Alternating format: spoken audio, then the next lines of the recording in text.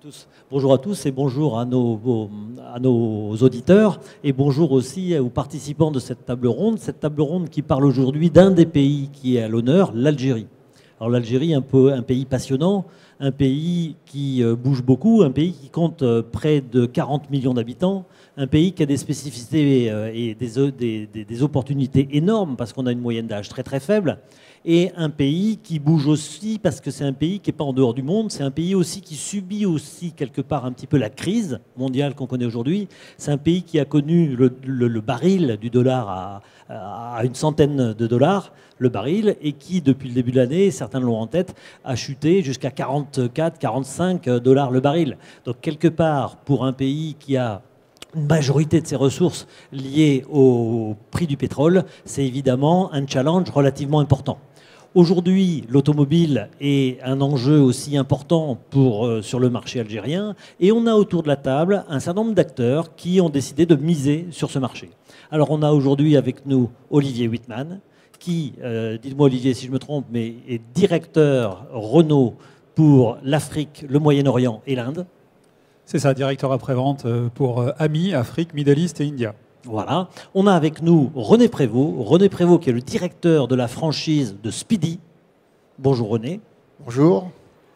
On a avec nous Mohamed Siad, qui est le président directeur général du groupe Siad, qui intervient à la fois dans la rechange indépendante, mais qui représente aussi le réseau constructeur. Bonjour tout le monde. Et enfin, on a avec nous autour de la table Christian Lepin, qui est Managing Director du groupe Solware, qui est prestataire de services et notamment de solutions informatiques destinées à la prévente automobile. Exactement. Bonjour Eric, bonjour aux auditeurs. Alors, si on va commencer cette table ronde, on est ensemble pour une grosse demi-heure, on va commencer cette table ronde en parlant de l'intérêt d'un constructeur de s'installer, de miser sur l'Algérie pour construire des voitures. Olivier, qu'est-ce qui peut amener, quel a été le chemin de décision de Renault de venir sur ce marché avec de la fabrication? Aujourd'hui, principalement, les constructeurs aujourd'hui font du CKD ou du SKD. On a un constructeur là qui arrive avec une stratégie sensiblement différente. Pourquoi ? Eh bien, comme vous le disiez, l'Algérie, c'est un pays avec 40 millions d'habitants. C'est un pays où les gens ont envie de consommer, les gens ont envie d'avoir des solutions de mobilité. Et en tant que constructeur, nous investissons dans ce type de pays. On l'avait fait préalable au Maroc avec l'usine de Casablanca il y a des années et dernièrement l'usine de Tanger. Et en Algérie, après différentes discussions avec l'État algérien, il y a eu l'opportunité pour Renault de venir s'installer sur le site d'Oran et de construire des voitures. Et je crois que c'est une bonne chose pour le pays tout entier parce que ça permet non seulement d'accueillir un constructeur automobile comme Renault, mais ça permet également de développer un tissu fournisseur qui va pouvoir fournir l'usine, mais également fournir le marché et peut-être demain d'autres constructeurs. Alors évidemment, Renault va prendre, par cette position assez originale, des parts de marché substantielles au niveau des immatriculations des véhicules en Algérie.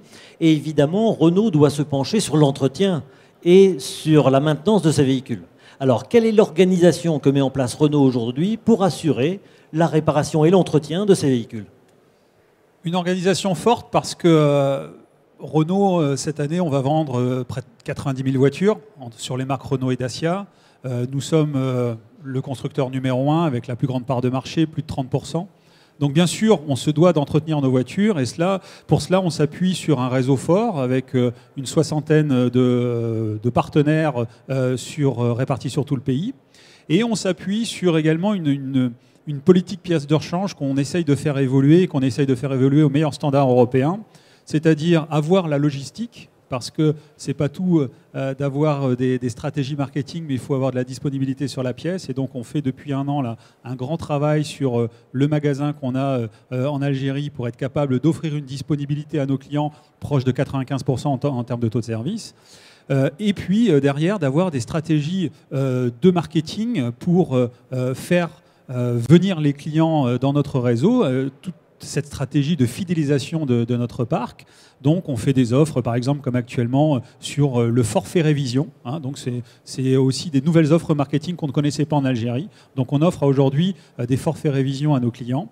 Et à côté de cela, on professionnalise notre réseau à travers la formation et à travers la montée en compétences et la montée en puissance. Alors, vous nous avez parlé d'une 60aine de points de service aujourd'hui. Quelle est l'ambition de Renault en termes de maillage du territoire algérien ? Eh bien, elle va rester aux alentours de ces 60 points de vente, puisqu'à aujourd'hui, on estime qu'on a une couverture territoriale qui est satisfaisante et qu'on s'appuie sur des partenaires de qualité. À côté de cela, on a un réseau Motrio. On a aujourd'hui 46 garages Motrio.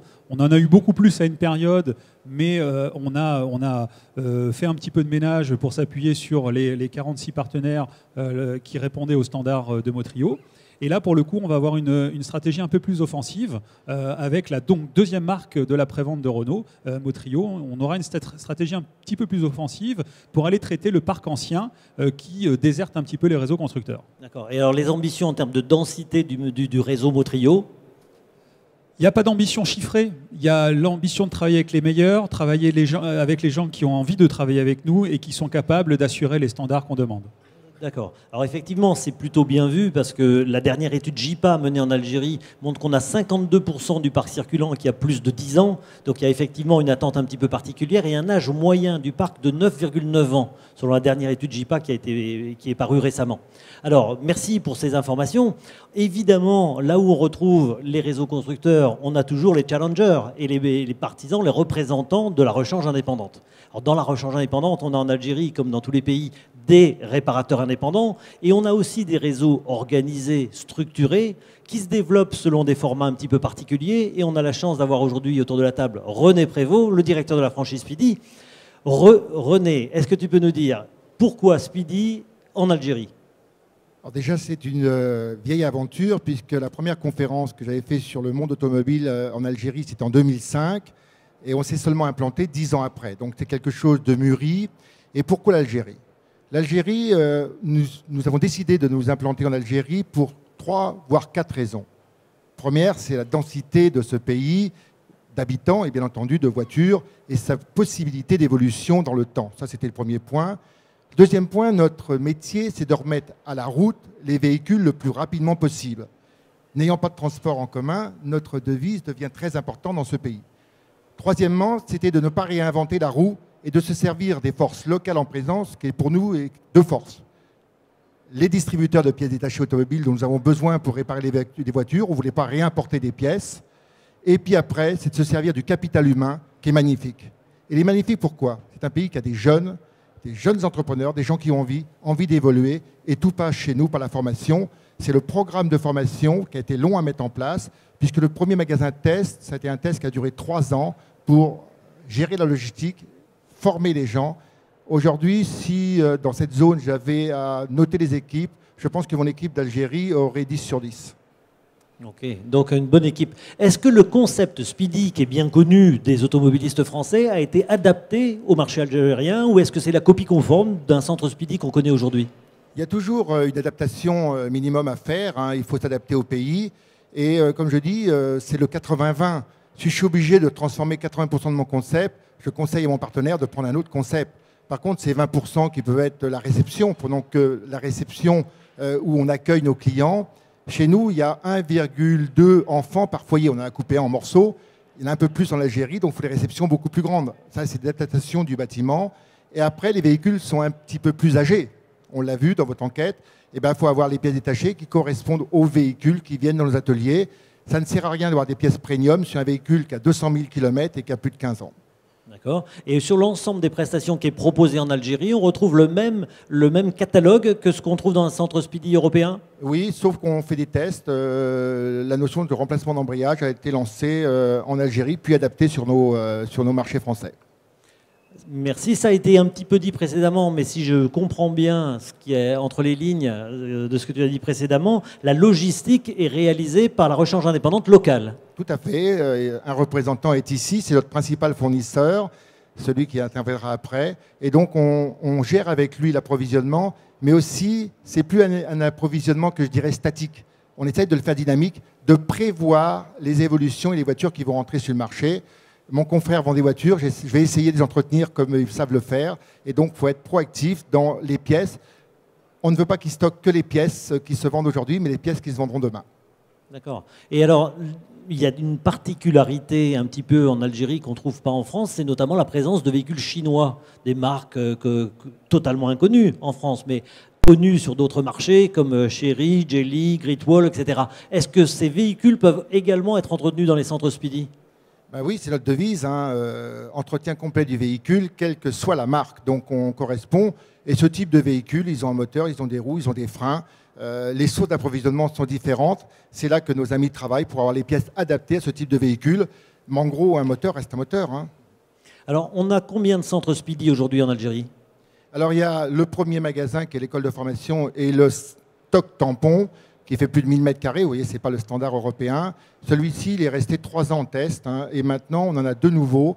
Le seul problème que nous rencontrons maintenant pour développer notre concept qui est mature, c'est les contraintes immobilières. Les loyers sont très chers et on ne veut pas s'embourber dans les loyers trop chers. Donc on mettra le temps pour développer nos ateliers, mais on veut des coûts de loyer au standard qu'on a fixé. Mais alors, comment on recrute les candidats franchisés de Speedy en Algérie? Vous savez, si vous avez un bon concept, j'ai commencé par un master franchisé. Donc c'est quelqu'un qui a pris le pays. Le concept est bon, il est rentable, il développe lui-même, hein. Je n'ai pas besoin de trouver les franchisés, c'est lui qui continue à développer lui-même en succursale, comme on a fait nous-mêmes en France. Après, quand on ira un peu plus loin, pour le moment on est concentré sur Alger, c'est sûr que quand on ira sur Oran ou ailleurs, là on recherchera des partenaires de haut niveau, mais ce n'est pas ce qui manque, hein. D'accord, il y a des villes. C'est la sélection qui va être dure parce qu'on a des fois 10 candidats pour une ville. D'accord. Ok. Et il y a des villes qui sont ciblées déjà sur oui, les prochaines ouvertures? toutes les villes qui seront à plus de 2 heures d'Alger et qui ne sont pas pourvues soit par l'autoroute, soit par l'avion. D'accord, parce que ces centres, cette deuxième vague de centres seront livrés par le magasin propre de l'enseigne? Non, par toujours les grossistes qui devront suivre notre développement. Et c'est ce qui est fait. Vous avez plusieurs succursales. Et si on va un jour dans un potentiel important où il n'y a pas de possibilité de livraison, on a décidé en Algérie de ne pas s'occuper aujourd'hui de la pièce technique.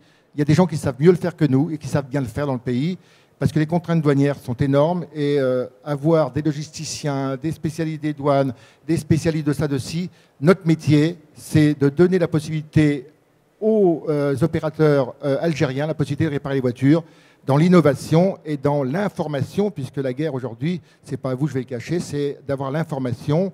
Un véhicule qui arrive chez nous, si on n'a pas l'information pour le réparer, on ne pourra pas le réparer. Donc on est plutôt sur du haut de gamme aujourd'hui, mais on s'apprête à avoir des voitures plus bas de gamme qui rentrent chez nous. Ça marche très très bien. Est-ce qu'en Algérie, on propose aussi l'entretien et la révision, même pendant la période de garantie chez Speedy? Vaste débat, oui. Oui, mais il faut aussi regarder l'environnement local. Nous avons souvent des importateurs et c'est moins facile qu'en France. Ok, merci beaucoup René. Donc là, on a abordé un point important qui est la logistique de la pièce de rechange et on a la chance d'avoir avec nous Mohamed Siad, qui est le président directeur général du groupe Siad. Mohamed, qu'est-ce que vous pouvez nous dire aujourd'hui sur les spécificités sur le marché de la rechange indépendante en Algérie? Écoutez, le marché Algérie a passé 3 étapes. L'étape du monopole, 63, 74. 76, on est passé au monopole. Ça veut dire que c'est l'État algérien qui importe lui-même la pièce et distribue lui-même. Mais depuis 90, avec l'ouverture du marché, grosso modo du marché international et l'ouverture de l'économie de marché, etc., il y a eu une ouverture anarchique de l'importation. Alors tout le monde importe n'importe quoi. Alors en ce moment, on se retrouve avec un marché à 2 vitesses, un marché de distributeurs organisés et un marché traditionnel. Traditionnel, quand je dis traditionnel, c'est qu'on ne va pas chez Speedy pour aller faire de la réparation complète. On va aller chez un mécanicien, il nous fait une ordonnance, il nous dit les pièces à acheter. Alors c'est l'automobiliste lui-même qui achète les pièces et qui les emmène chez le mécanicien, le réparateur. Alors là, il y a des ruptures, il n'y a pas de garantie. Le mécanicien peut garantir son service, mais il ne peut pas garantir la pièce. Alors nous, on est en train de pousser maintenant à un changement, à changer ces modèles de distribution, devenir des distributeurs universels comme en France, comme en Angleterre, partout, à faire que le client soit pris en charge pièces et main-d'œuvre, c'est-à-dire pièces et services. Ce type d'organisation, en ce moment, il commence à s'organiser. On voit des centres auto qui s'installent, des distributeurs indépendants qui s'installent en centre auto aussi, alors indépendants. Et nous, on est là comme distributeur national. On est installé sur 3 régions, Alger, l'Est et l'Ouest, avec des centrales logistiques pour livrer, c'est-à-dire avec un taux de service qui va dépasser 90%, mais aussi à just time, c'est-à-dire ils nous commandent la pièce aujourd'hui le matin et le lendemain il la reçoit, c'est-à-dire sur 24 heures il est livré dans toute l'Algérie. Alors ça c'est difficile, c'est vrai, et il nous faut aussi toute une logistique de transport et aussi que notre client soit informatisé, soit connecté digitalement chez nous pour qu'on parle la même langue. Monsieur Voilà. Siad, dans ce que vous dites, il y a des choses que j'apprends et des choses aussi qui me surprennent. Parce que vous nous dites l'Algérie est un pays de ce que chez JIPA on appelle le buy and fit, c'est-à-dire le consommateur va acheter la pièce chez un prestataire et sélectionne un autre prestataire pour la monter. C'est un phénomène qui n'est pas unique en Algérie, qu'on trouve très fortement développé en Europe de l'Est, en Russie, etc., où effectivement les réparateurs, les professionnels préfèrent faire l'ordonnance, effectivement, et que le client vienne avec les pièces. Dans ce sens-là, quand vous nous dites que vous luttez contre le buy and fit, vous allez dans le même sens qu'un réseau comme Renault qui souhaite bien sûr réaliser une prestation complète, vous allez dans le même sens que Speedy, et en même temps, j'ai l'impression qu'habituellement, ce n'est pas le discours que tiennent les distributeurs. Beaucoup de distributeurs sont souvent très contents d'avoir des clients au comptoir parce que ce sont des clients qui payent avec une remise très minorée et que ce sont des clients qui payent comptant, à l'inverse d'un réparateur qui paye en fin de mois, sur lequel il y a éventuellement un risque et sur lequel il y a évidemment souvent une remise. Alors pourquoi un distributeur comme vous lutte contre le buy and fit ? Écoutez, je reprends un peu les paroles de René en disant que le B2C coûte cher par rapport à un business plan. Si on veut s'installer dans toute l'Algérie pour faire du B2C, le loyer coûte cher. Alors un magasin de pièces de rechange, si on s'installe partout, alors pourquoi ne pas laisser le B2C à nos clients revendeurs et nous, on revend à ces clients? Je pense que c'est une logique de faire travailler tout le monde et de créer de la richesse, de créer de l'emploi. En ce moment, on a des jeunes qui sont audacieux, très audacieux. La nouvelle génération de piéçards. La nouvelle génération de piéçards, moi je suis vieux, je ne suis pas jeune, mais je suis sûr qu'avec notre expérience et leur système, l'audace et leur technologie d'information et de télécommunication, on peut faire ensemble un partenariat à long terme. Pourquoi? Un jeune qui n'a jamais touché aux pièces, il peut être un bon revendeur. Un distributeur avec son expérience, il peut être son associé et son partenaire. Moi, ce n'est pas un rêve, c'est un souhait. Demain, on va mailler l'Algérie avec des revendeurs agréés, les former, leur mettre un système d'information pour qu'ils communiquent avec nous simplement, au lieu de communiquer avec nous au téléphone. Vous savez, nos vendeurs, on a à peu près une trentaine de vendeurs, ils sont constamment au téléphone. Parce que c'est une habitude, c'est historique. Les gens sont verbales, c'est l'amour. L'Algérien, vous savez, il est plutôt verbal que écrit. Vous lui dites faites-moi un mail, il ne sait pas faire, mais il est sur Facebook. Vous lui dites faites-moi un fax, il sait faire, il a un fax, mais il préfère parler avec vous. Alors nous, on va essayer d'associer cet ancien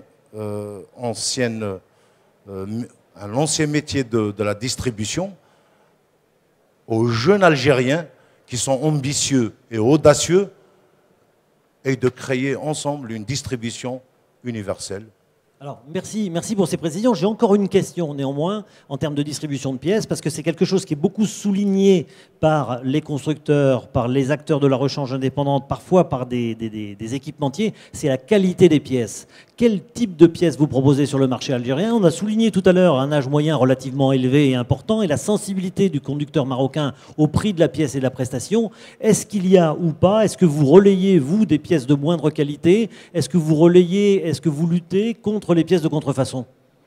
Depuis 90, je lutte quotidiennement contre la contrefaçon. C'est connu.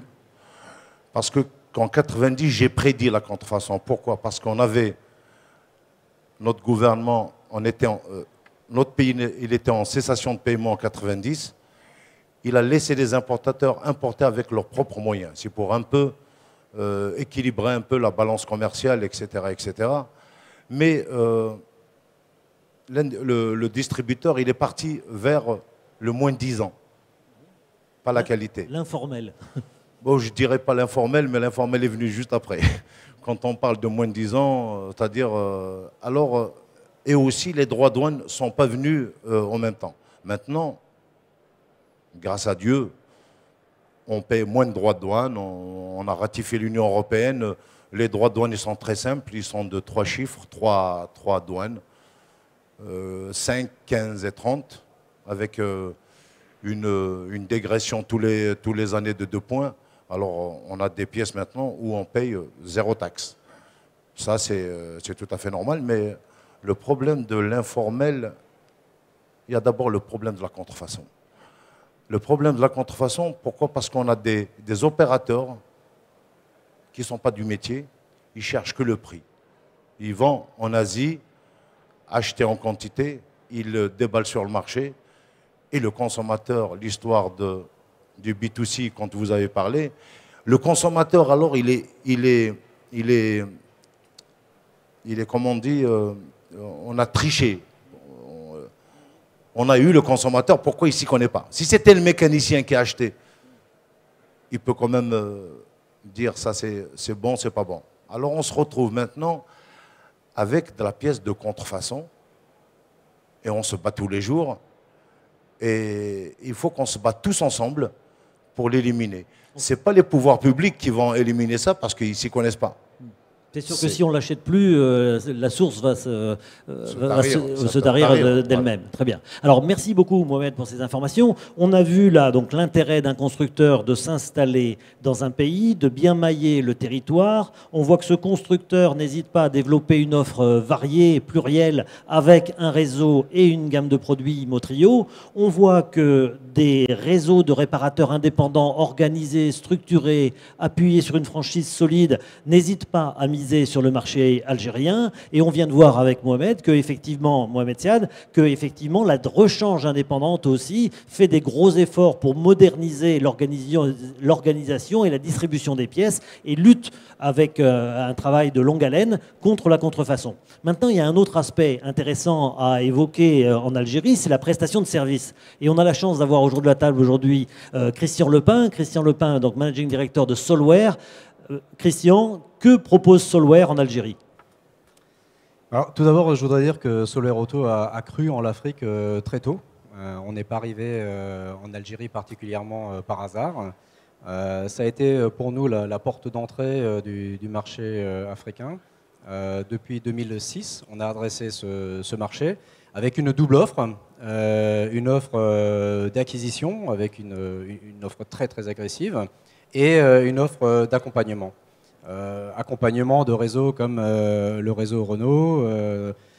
Monsieur Mohamed Siad est également client Solware Auto sur le produit Winmotor pour les agents. Donc ça a été très tôt et pour nous un engagement d'accompagnement à la demande de nos clients, entre autres Renault, Peugeot. Donc si j'ai bien compris, vous êtes arrivé sur le marché algérien par l'acquisition d'une société locale et vous développez un produit qui s'adresse aussi bien à la rechange indépendante qu'au réseau constructeur. Alors presque. On va dire, on est arrivé avec une stratégie en 3 étapes. La première étape a été un partenariat local, puisque On n'adresse pas un marché de ce type, c'est 5 fois la France en termes de taille géographique. Donc on a besoin de partenaires, de gens qui sont localement déjà implémentés et qui sont capables d'assurer une continuité de service à tous nos clients, des réseaux, qu'on dit les réseaux organisés, justement par rapport aux réseaux plus désorganisés, plus informels. Donc ce partenariat a duré sur quelques années. On a ensuite décidé en 2012 de reprendre pour notre compte l'équipe de notre partenaire en s'installant directement par le biais d'une filiale à Alger. Et la troisième phase est en train de monter en puissance aujourd'hui, puisqu'on c'est une phase de renforcement, c'est-à-dire on va doubler les équipes et on va avoir une compétence locale beaucoup plus affirmée, beaucoup plus présente, pour être encore plus proche de nos clients et de répondre à des nouveaux besoins de la réparation indépendante, qui est aujourd'hui vraiment en cours de développement massif sur ce marché qui est un marché de la vente de l'automobile et qui se retourne aujourd'hui sur un marché de fidélisation. Et là, la prévente est vraiment, ou l'entrevente est un élément très important de cette phase. Quelle partie du logiciel a dû être adaptée aux spécificités algériennes? Parce qu'une réception, c'est une réception, réaliser un OR, c'est réaliser un OR, faire une facture, c'est faire une facture. Est-ce qu'il y a quelque chose de particulier qui a été développé, adapté, qui a dû, peut-être pas, être adapté aux spécificités algériennes? Oui, alors complètement. Donc on a deux gammes de produits. Une gamme de produits qui adresse l'importateur et le distributeur, puisqu'en Algérie, on n'a pas de concessionnaires comme on les connaît en France. On a l'importateur-distributeur qui assure, lui, la distribution et la facturation du véhicule au client final. Et on a un réseau d'agents qui, lui, assure l'après-vente et la vente commissionnée de véhicules neufs. Donc pour l'importateur-distributeur, on a un produit qui s'appelle Incadea Engine, pour lequel on a été obligé de faire deux types de spécifications. Les premières, légales et fiscales, puisqu'il faut bien intégrer toutes les problématiques de droit de timbre, de taxes sur les véhicules, etc., qui sont complètement intégrées. Mais on est ici sur du B2B, donc les contraintes locales sont moins fortes sur la partie business process. Sur la partie agent, donc là c'est une vision totalement différente, puisqu'on adresse ce marché avec notre produit phare WinMotor. Et là, les adaptations fiscales et légales ont bien entendu été à l'ordre du jour, mais également quelques contraintes d'usage qu'on a dû intégrer au système pour recevoir le client de façon différente, même si aujourd'hui on revient, parce qu'on est quand même piloté par les grands constructeurs et par les têtes de réseau, sur les processus d'après-vente, de réception du client sur des tablettes tactiles. Et oui, c'est déjà à l'ordre du jour en Algérie. En termes d'utilisation, Christian, on peut imaginer qu'un réparateur algérien qui se met à un système de réception informatisé comme ça a besoin d'assistance. Comment vous organisez la hotline? La hotline est organisée à partir de France, elle est locale. Comment vous aidez les utilisateurs, vos utilisateurs, à utiliser au mieux vos solutions? Oui, alors je reviens sur ce que je disais. On a besoin d'une présence locale. On a besoin de gens qui sont tout le temps sur le terrain pour accompagner nos clients. On accompagne aussi le message, puisqu'en fait, on continue, c'est la continuité du message de la tête de réseau dans le réseau. Et nos équipes locales assurent un support premier niveau, c'est-à-dire ce qu'on appelle toute la partie fonctionnelle. Utilisation, le client a un problème pour facturer, pour mettre une remise, chercher un client, chercher une pièce de rechange. Il va appeler directement notre service hotline qui est basé à Alger. Et lorsqu'on a une problématique technique, on a la pyramide inversée, le N2 qui est en France, et ensuite avec nos partenaires en Allemagne pour la solution Incadea. Merci Christian. Alors je vous propose pour terminer et pour clore cette table ronde de redonner la parole à l'utilisateur de votre solution. Olivier Wittmann, qu'est-ce que vous pensez de la solution Solware?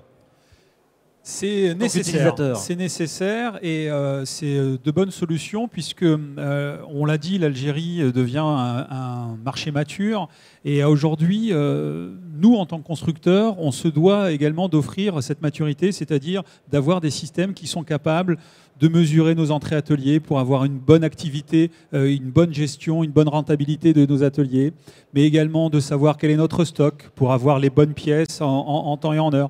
Donc on a besoin de ces solutions-là pour être proactif sur le marché. Et on a beaucoup parlé de pièces de rechange, mais je voulais parler aussi un peu de carrosserie. Renault est le premier réseau de carrossiers en Algérie. On a 23 carrosseries aux normes européennes avec de la peinture à l'eau, etc. Et donc, on a besoin d'avoir ces systèmes, ces solutions-là pour être actifs sur ce marché. Je vous remercie tous pour votre participation qui, je pense, montre un côté très moderne de l'Algérie et qui montre que des entreprises qui veulent s'installer là-bas ne doivent pas avoir peur d'investir. Renault s'est installé là-bas, Speedy s'est installé là-bas avec une master franchise et Christian a souligné l'importance de l'implantation locale par plusieurs étapes. Et puis, bien sûr, Mohamed Siad et le groupe Siad est viscéralement et structurellement ancré en Algérie. Merci à tous pour votre participation et à très bientôt.